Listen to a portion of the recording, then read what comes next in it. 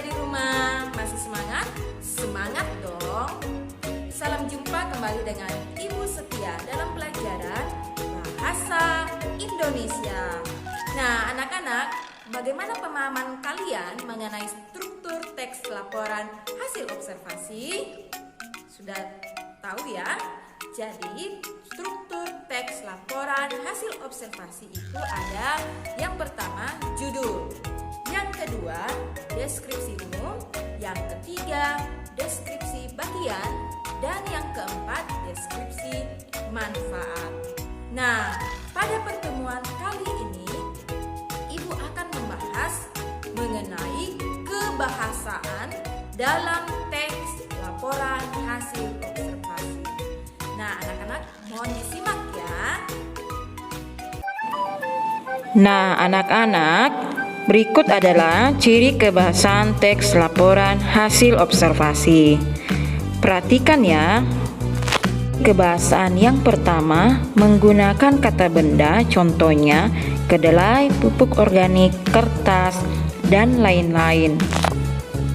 Ciri kebahasaan yang kedua menggunakan verba atau kata kerja, contohnya memakai, memakan, memasak, bersepeda, dan lain-lain.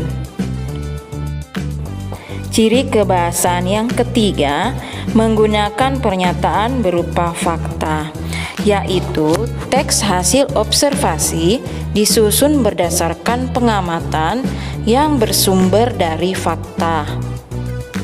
Ciri kebahasaan yang terakhir, anak-anak, yaitu menggunakan istilah teknis atau ilmiah. Artinya, dalam teks laporan hasil observasi banyak terdapat istilah ilmiah atau istilah teknis seperti contohnya teknologi, organik, nutrisi, kimia, internet, dan lain-lain.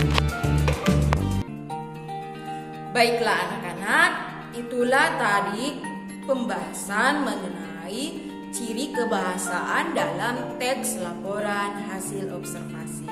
Nah, jadi kesimpulannya, dalam teks laporan hasil observasi itu memiliki ciri kebahasaan. Yang pertama, banyak menggunakan kata benda.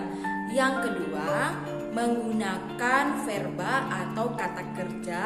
Ketiga, menggunakan pernyataan berupa fakta. Dan yang terakhir, yang keempat, banyak menggunakan istilah teknis atau ilmiah. Selanjutnya, tugas yang Ibu berikan ada di Google Classroom. Jadi setelah ini kalian masuk di Google Classroom untuk mengecek tugasnya dan mengerjakannya. Baiklah anak-anak, sekian dulu pertemuan kita pada pagi hari ini. Materi ini juga adalah materi terakhir anak-anak. Dimohon untuk mempersiapkan diri dalam mengikuti nanti ujian penilaian akhir semester. Oke anak-anak, terima kasih. Selamat mengerjakan tugasnya. Salam sehat dan sampai jumpa.